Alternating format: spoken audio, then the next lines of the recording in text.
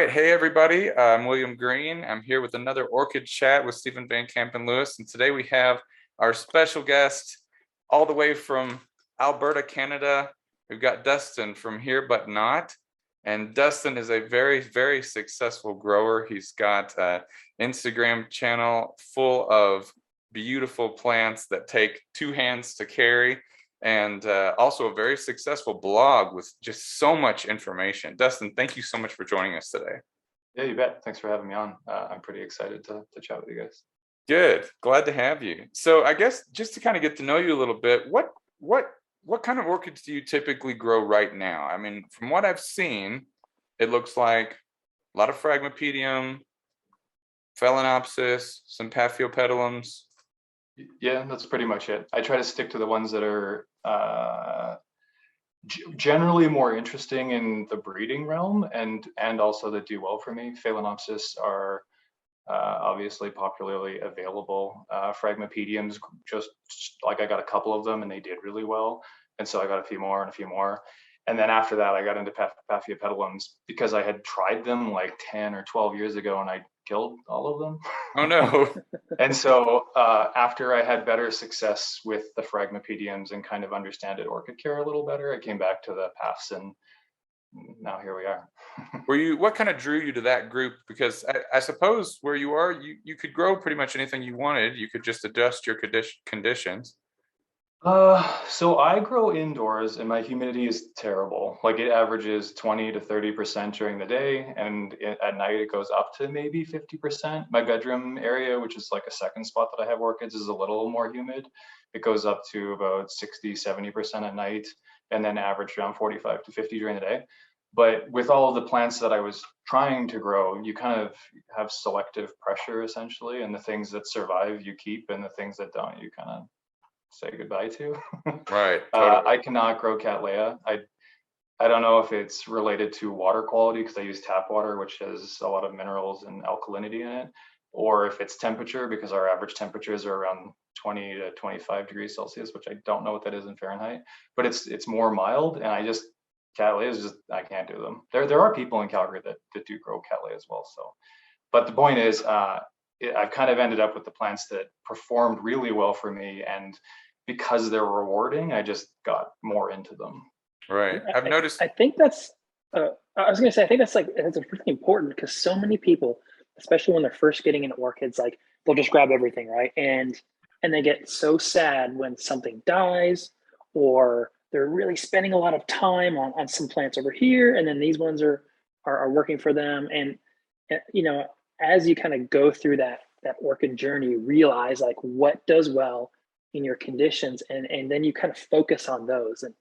And you know, the sooner people really like kind of hone in on what works for them, I think the more fun the hobby is because there's fewer dead plants, you know. And then like once you do well with that group, maybe you kind of, you know, you cut your teeth and start moving towards other groups that might appreciate similar conditions. Yeah, you bet. And sometimes it's just dumb luck too. Like I've got certain plants that in a group like jewel orchids, there's a lot, like I cannot grow an ectochilus very well. I think it's because they have seasonal periods, and when it comes to the seasonal periods, they always die out on me.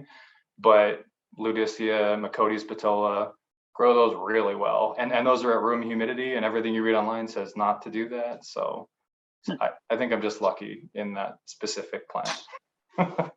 Yeah, I don't think it's a bad thing when you're first getting into plants to just try a bunch of different stuff. That's definitely what I did. And then, yeah, there was, like you said, selective pressure. Some things were just struggling. And that's even the case now. You know, I moved from Kentucky, which is hot and humid, you know, to Colorado, which is cool and dry. And my collection has shifted drastically from bulbophyllums and paphs to Cattleyas, and it's okay. Well, I think that there's like, for me, I know that humidity is like often a big topic of focus for orchids, and I kind of think that low humidity has allowed me to grow certain plants that maybe suffer from things like crown rot more easily because the water just dries off faster. Like I top water everything, I have to, because it gets the water to the base of the plant where new roots are growing, and if it's too dry there, then you get new roots aborting. But like when I post on Instagram about like top watering, some people get really mad about it because they're like, you're telling people and you're gonna kill their plants. And I'm like, well, I have a blog, so here's all of the like information. But at the same time, it's just I think that just because someone made a rule in one set of conditions doesn't make it a universal rule either. Right. That's true. And to the low humidity, I mean, both of you guys are indoor growers with humidity issues, and then I'm here in summer growing outside in Texas with where it gets down to 20% during the day, but then it bounces up to 80 or 90% at night.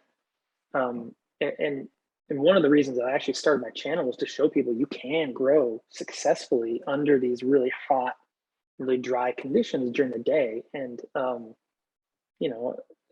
back to William's point, yeah, you do want to, when you're first starting out, you do want to grab everything that you can and figure out what works. And then maybe take the cultural advice or the hard and fast rules that are sort of standard, maybe with a little bit of grain of salt. Right. What would you guys say to, if humidity is an issue for one of our viewers, how can you compensate for that? I think we can agree that you can't compensate by misting water on top of them like once a day or something. I guess if you want to bump the humidity up, you can maybe create an enclosed space like the tent that you use, and then I've started using, or just get plants that are okay with low humidity. Yeah, I struggle with that concept. When I first started, I had this like mini greenhouse and it did really well. And I had like orchids and Nepenthes and all these like cool rare plants in there. And I went away on vacation and the seam on the side of it split and I lost all of the plants. Like they all died in over a course of 2 weeks, because when you go from like 90% humidity to 20% humidity, you're going to cook your plants literally in like 24 hours. And then I was like, okay, that was stupid of me, not going to do that again. So I tried a terrarium. It was like a 130-gallon terrarium, and I had it set up in my room, and I had it up with a watering pump that would run water up the back every hour for 15 minutes. And the whole thing just like thrived and looked great. And then the water pump shot and jammed up, and I couldn't get the watering cadence back, and I lost a bunch of the plants and mosses and stuff in there. So kind of hit a point where I was like, if I'm going to do this well, I need to be the thing that is actively maintaining that consistency of care. And I don't think that everyone needs to do that. I mean, obviously people have greenhouses in their backyard, but for me, it's been about consistency of watering. Like, because it's so dry here, if the potting media goes dry, it's only a few more days until the roots are going bone dry. And if you have something like an Oncidium that's not tolerant of super bone dry roots, then that's not a good thing. And so I've gotten into a really consistent process of every single Saturday, I water all of my plants. And that's also another rule that people say not to do. Don't water on a schedule. But for the last 5 years, every weekend I'm watering my plants and they look pretty good. So how long does that take? I mean, it takes a long time. Yeah, because I mean, we're just seeing like a little bit of your collection there, but I know your collection is big. Yeah, I'm over 200 pots, but so it takes me probably 8 hours spread over the 2 days. Now, people are like, that's too much time. I'm like, well, I know it's too much time, but it's also too much time to own a blog and run an Instagram and like have 200 plants and then do breeding. It's a passion and a hobby. So I think that if your goal is to enjoy plants, you should try and like focus on growing them well and then figure out what works in the time that you have available. And if it's not 200 plants, then that's okay too. Yeah. Do you take them? I'm sure this is all in your blog. Do you take them to the sink? Do you? Yep. Okay, each one is the sink. Water.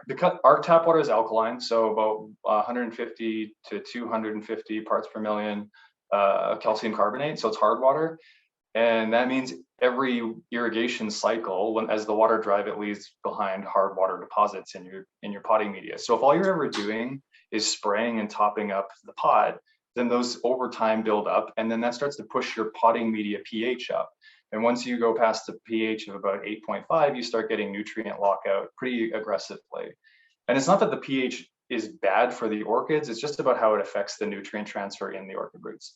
So for me, the watering at a sink is really important because I need to flush out old minerals and try and keep that potting media pH as low as possible. And then now I've gotten into pH adjustment, but I only do that every 4th watering now. I used to do it every watering, and I ran into issues the opposite way, so if potting media alkalinity builds up over time, and then you're always adding an acid, I'm pretty sure the acidity can build up over time as well. And so now what I try and do is err on slightly alkaline and then do a fertilizing with acidity, so they have access to the nutrients, and then it doesn't go either way too aggressively. That's one of the big problems that I've had with the tent, is that I just refuse to take them all out and water them.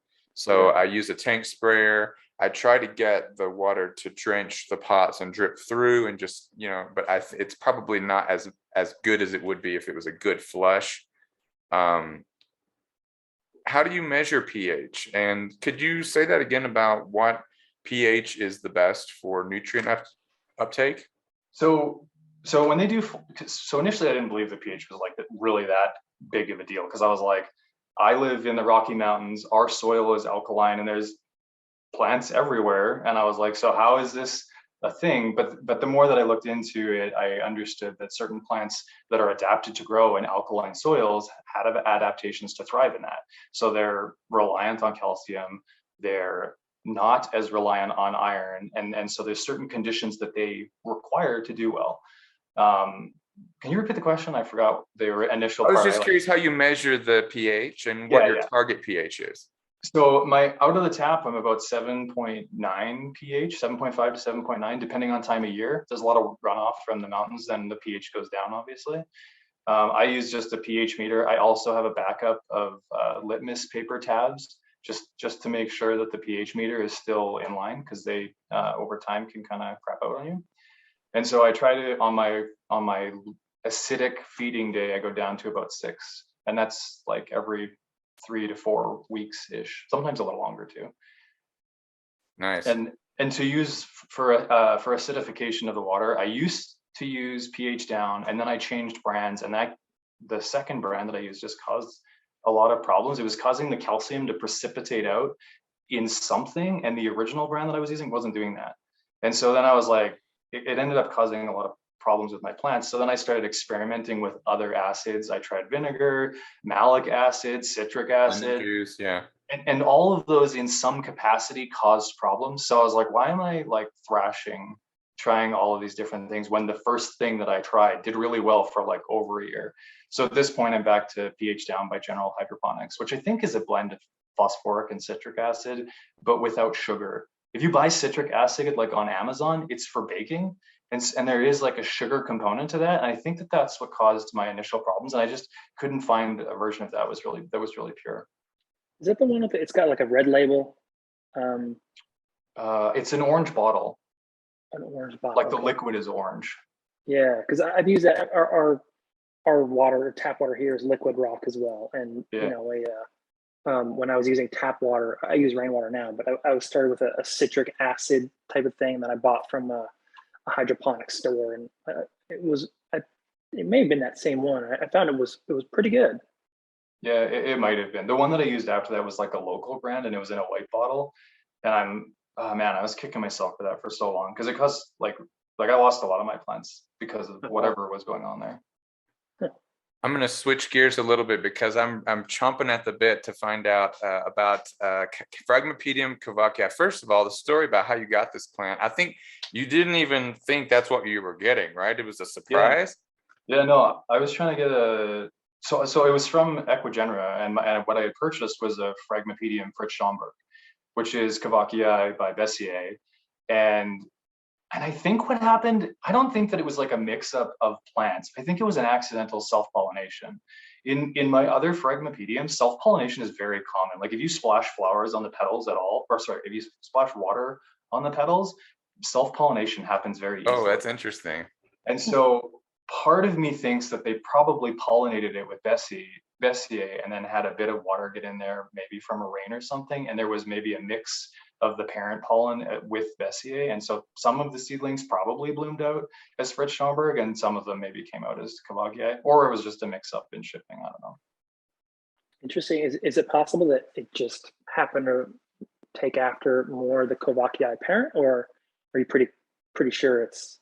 So I think if you look at it, there's like Bessie is a really small plant, and so you would see at least some influence in shape or structure or color, and there is nothing. There's like at all like Interesting.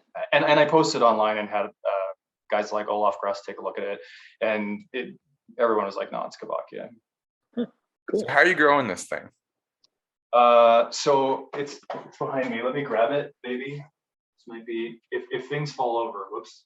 Uh-oh, be careful. I see all the spikes on your Schilleriana back there, like. There we go. All right. So there are 2 plants in here, and then all that pH stuff that I was messing around with screwed up the roots on these. So I ended up repotting it in December, which was right near the time that it spikes. But there's also 2 plants in here because I ended up buying Fragmapedium seedling. And then I just put them together because I was like, the pot's already huge and I don't need to. Consolidating. Care wise, it's pretty easy. Like what I consider to be easy. I use tap water on it. The potting media is mostly pumice, so it's over 50% inert material. You can also use leca or whatever. And then on the tap, or on the top of the potting media, I put grow cubes or sphagnum moss, just because Fragmapediums don't like dryness, right? Like they're adapted to an area that's like consistently wet, where it rains often, where there's a lot of ground water trickle. And so they just don't have the adaptations that something like a Phalaenopsis does that grows on the side of a tree where there's seasonal dryness, where the roots are like okay with that period of dryness. And so for that, they're in a rock substrate, always in a little bit of water at the bottom. And then when I water, I soak it down, and that top dressing of sphagnum and or grow cubes keeps the moisture level right at the base of the plant really high. And so you still have really good airflow in the lower layers where the roots are growing into, but at the top you have moisture so that new roots aren't aborting. And I know that works because on Bessier or Bessier hybrids that I've had, which do this, they're the same thing, but they lift, right? Like their new growths are out and above. They grow up, yeah. Yeah, and I can't get them to root properly unless I take those growths and stick them down in, and it has to be at a certain point when they're first like starting out. And then other than that, I use tap water on this one. I'm really not too aggressive with the pH adjustment on that one. I'm not as concerned.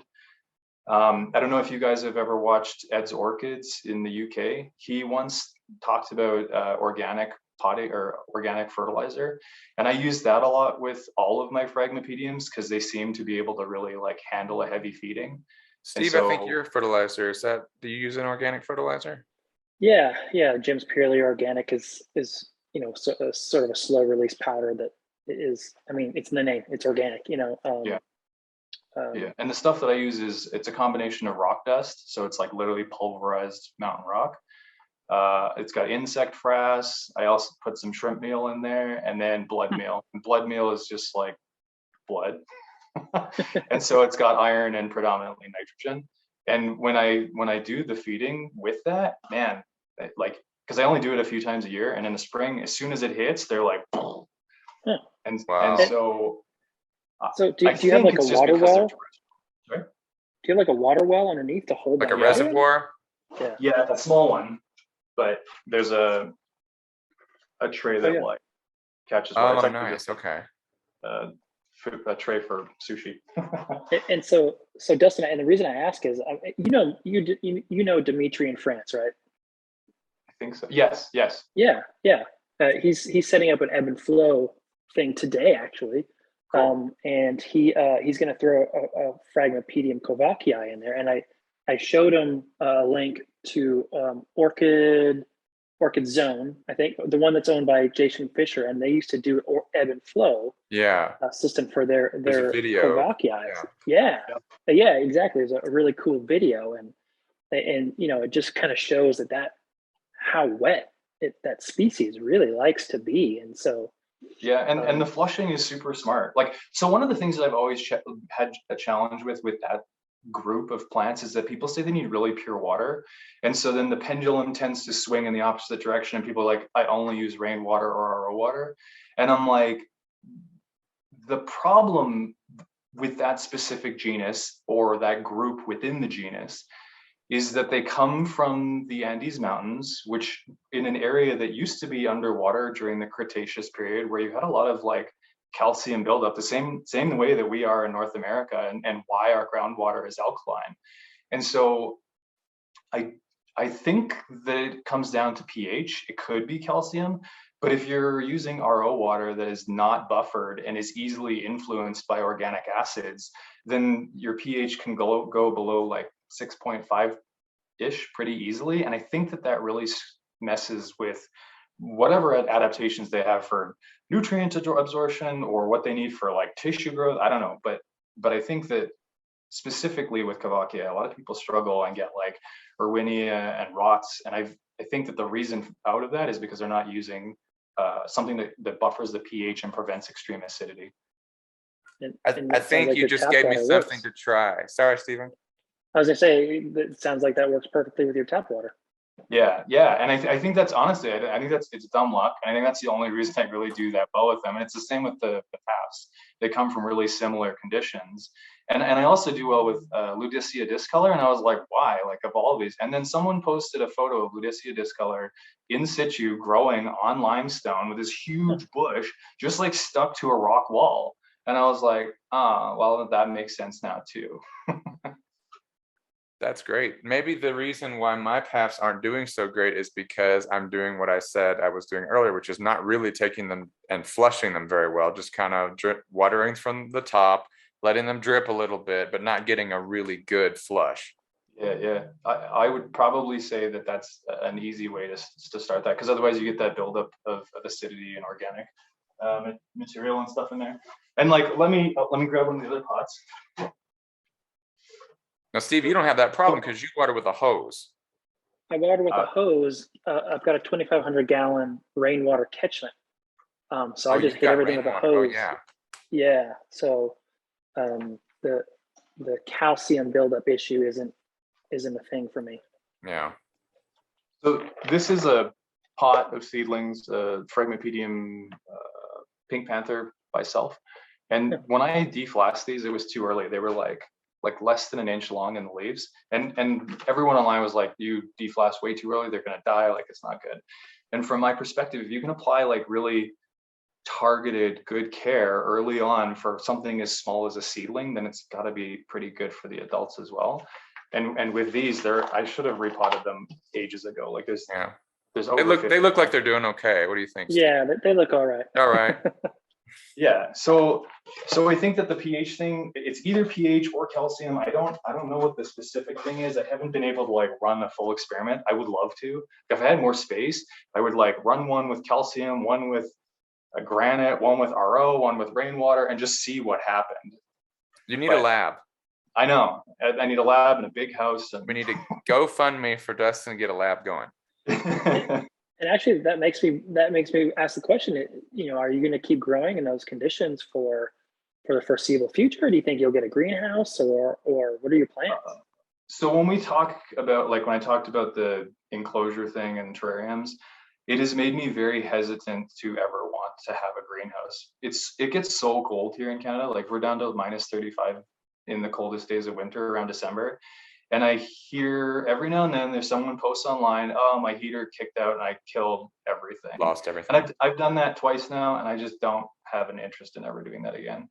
So if anything, I might try and get like a specific room where I set up like an ebb and flow thing, or irrigation on a timer, where I'm a little bit more like careful about watching how those things operate. But I don't think that I'll ever do a greenhouse. Maybe like a solarium on the side of a house or something. But yeah. And I mean, I've seen, sorry, real quick, just before we move on, the Bernie Butts over there in Toronto, he's got all his catasetums in his basement. Yeah, and they're amazing. It's insane. His setup's crazy. And he does flasking just using like a microwave and like PEVP or whatever it's called containers. Yeah, that's cool. That's a good transition, because the last thing that I wanted to talk about were breeding, because I think at this point, myself, Stephen, Dustin, all of us are breeding our plants to some extent, right? Yeah. I guess you obviously you've got some crosses that you've registered already, And I guess my question is, do you have breeding goals? Were they all just kind of, let's see what happens? Or are you really kind of thinking of, all right, I'm going to push Fragmapedium in this way? That's like such a good question, because when initially when I would post stuff, people were like, what's your plan? And I'm like, initially it was just to learn, right? Like how do you do this? And then I'll get serious about it. And then the more that I thought about it, I have a bit of a personal gripe or issue with award pursuit plants, because it tends to homogenize the efforts of breeders. And if you look at like dog and cat breeds, we have all of these like neat, wild differences from a single species. But in orchids, like Phalaenopsis, everything's kind of been bred to look the same: big, round, long-lasting, bright-colored flowers. Same for paths. Like it got to the point where you have like a bulldog Paphiopedilum, which is just like a mashup of all the species, and it's a big, round, and it's amazing when you see it. You're like I've never realized how big bulldog path flowers are. You see one, yeah, like they're insane. But for the breeding efforts with me, I was like, well, I want to see, first of all, what sort of things can you even come up with? And now that I've kind of, been working with flowers, seeing what sort of things show up, my interest is more about like making an unusual cross, seeing what comes out of it, and then pursuing that, rather than like making a plan at the beginning. One of the hybrids I made is using that Schilleriana behind me, and all of the leaves, you probably can't see them very well. Oh yeah, they got spots. Yeah, they got spots. They're silver. Some of them are like a dark purple, red color. And for me, I was like, man, first of all, you don't see that very often. Second of all, I'm like, well, what happens if I took two siblings that have super dark red, purplish leaves and cross those onto each other? Like, would you get darker leaves? Would you just bring the modeling back?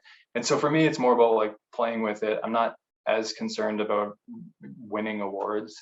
For Fragmapediums, the one thing that I don't like about breeding them is that the species are largely different, and so they have a lot of chromosome count differences. And I think that leads to a lot of sterility barriers, which is why you don't see a lot of complex frags. Interesting. No bulldog frags. Thank goodness. Yeah, exactly. Thank goodness. Yeah. So my interest there is more to just see if I can come up with something that maybe has traits of Kavacii in terms of size, but on a smaller plant that, in different colors. And like, so this is another hybrid that I grew, which you can see. Oh, that's a nice size. Influenced by Bessier. Yeah, it's a good size. And this has a little bit of Kavacii in it, not a lot. But it's been good, and I think that it's interesting to see how they grow, because when you're growing a lot of seedlings, like a group of seedlings, you see pretty quickly what works in terms of culture and application of culture, and what doesn't. Because if it doesn't work, they die like really quickly. Yeah. I know that. Yeah. Sorry, I'm really curious about you showed the compote of the Schilleriana cross, and a few of those had dark red leaves. Yeah. And the leaf color is sort of at least in Cattleyas, I know it's sort of a hint of what the flowers will eventually look like. Do you have any idea? Yeah, because like the darker leaves typically mean there's more pigment, and then that often leads to a darker flower. Man, everything's getting washed out. So far, this is the only one that's bloomed. It's very pale, but the leaves on that one are also the lightest compared to the rest of them. Yeah. And from what I've seen, yeah, if you end up with red pigment in the flower, typically you have better colors, or like a better like spread of color. But I don't know. There's a bunch of them in spike right now, but the buds are still developing. So I'll probably know more. Is that an alba?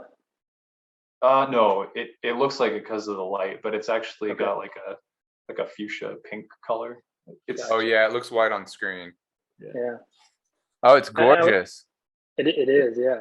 It's really heavily influenced by Schilleriana, and it's fine. It's super fragrant, which is nice too. I'm excited to see how some of those siblings bloom out and how they grow as they get bigger as well. Let's see. I think a couple years ago you had a compote of frag seedlings, and one of those was variegated. Yeah. Did it hold on to that? So it did. I don't know if I can get that. Sorry, I just, things just occur to me and I did give you a chance to prepare.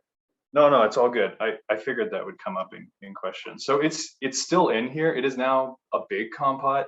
It's not aggressively variegated. And I think the way that, like, from what I understand now about variegation, it probably isn't stable. Like because it'll grow it out of started it. with a half and half, and as the newer leaves grow out, it's less and less. So what I'm waiting for at this point is to see if the basal growths or side growths pick it up, because that specific growth, as it's gotten bigger, has really like lost most of it. Like in the newest leaf, there's none, and then in the older ones, it's like 50-50. So I'm not sure how it's gonna go. What kind of like made me sad about that though is it ended up being just an accidental selfing. I had thought it was a hybrid. I tried to make a hybrid, and it must have just been water splashed across the like thing. And so it's just a Fragmapedium rothianum, which is like a natural hybrid between Heritiae and longifolium. Longifolium is a really big plant. Like the parent is over in the corner behind me. And I'm just like, it's huge. Now I have more, like I don't need that. So we'll see, but it is still variegated. I'm just waiting to see what happens on those side growths.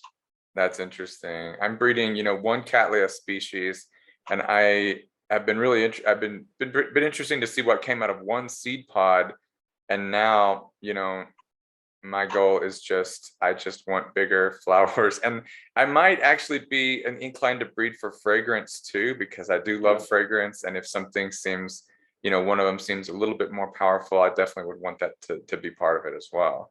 I think fragrance is so cool to pursue, because it's especially with some of the less common plants. Like I don't think that they've traditionally pursued that in breeding efforts. I don't think so, because it's a lot more work, right? Like you got to grow a bunch of plants out, smell each one of them, and then have some sort of like marking system to know which one actually smells the strongest. But super cool. And everybody's nose is different, right? So like maybe if you're breeding for fragrance, might not be appreciated quite as much by someone else. And, I guess the same thing happens with the colors, maybe, or the shape. Everybody has their own preference for color and shape of flower, but I never thought about it for scent. That's an interesting thing to think about. Yeah, if something has a vanilla scent and something has a Coca-Cola scent, do you end up with vanilla Coca-Cola, or does it come out totally different? That's sweet. The other thing that's nice about breeding is that you end up with just really unique and extreme differences between the plants. Like I did, these are all Ludicea disc color. I suppose the light's not going to work. Looks like some are really light and some are really dark. Yeah, there's some that are even like yellow, which I thought they would just die off, but they're not dead. They're still growing. And so stuff like that I think is super cool, because then you take two of the light ones. What happens if you breed them? Like they're probably alba, I would assume, given what we've seen in them before, but I don't know, because the colors of the green is different depending on the individual plant too. What's the turnaround for, let's say day one is pollination of a Fragmapedium. What's the turnaround for seeing that first seedling bloom? How long does that take? So frags are super fast, really shockingly fast compared to what I heard about Paphiopedilums, right? Because paths take like 5, 10, 15, 20 years, depending on like what species you're going. Frags, the seed pod matures in 90 days for most of them, which is about half the time of like Phalaenopsis and Cattleya and all those other ones. And then I've had my first flasked frags bloomed within a year and a half after sowing seed. Jeez. Yeah, meanwhile, I'm like maybe 7 years from now, I'll see my first Cattleya. Yeah, and I think that part of that's probably really dialing in culture and having I grow them under a lot of light, and I give them organic fertilizer. Other people have been like, there's no way that you bloom them that quickly, and I'm like, well, I'm not lying about it. So it's possible. Well, like you said, it's all about choosing a few plants that you're good at or that like your conditions and taking care of them. Yeah, right. Totally. All right, these are good lessons. It's a good wake-up call for me, because when I have plants like this little path, and I'm like, I love this path. Oh well, see you next month. you know, like, maybe a little bit more attention is required. Yeah, and I mean, I go through my own bumps and stuff too, but I think that like having that connection, especially on a weekly basis, like I take a look at each one and I'm like, how you doing? And for the most part, they look pretty much the same. Spring is exciting because you get a bunch of new root growth and offshoots and stuff. But like, if you know Bill Thompson, the guy that grows bulbophyllums, Yeah. he was always like, the powers of intuition, poo, blah. I think it's hilarious, but it's true. Like if you, it's small changes that you notice in a plant, and because orchids grow so slowly, I think it's hard for some people to recognize those changes early on, or to not make assumptions that early changes are doing amazing things, because Right. it could take 6 months or a year before you really see the effect of something like changing pH or adding something to your potting media. Right. And sometimes if you see a quick change, that's not a good thing. Yeah, totally. Exactly. Dustin, it has been a really awesome conversation. Just hearing where you're coming from and just seeing all the success. There's so much more to talk about, but I think we're gonna go ahead and wrap it up for today. Stephen, did you have any additional questions or comments or? No, this was cool. It's I don't have a whole lot of frags or ludicia or foul, so I think chatting with folks who do it makes me want to grow more, which is probably a bad thing. But yeah, this is great. Really inspiring. Dustin, thank you Yeah. so much, and hopefully we can talk again sometime. Yeah, you bet. Thanks for having me on, guys. All right, that'll be great. See ya. Ciao.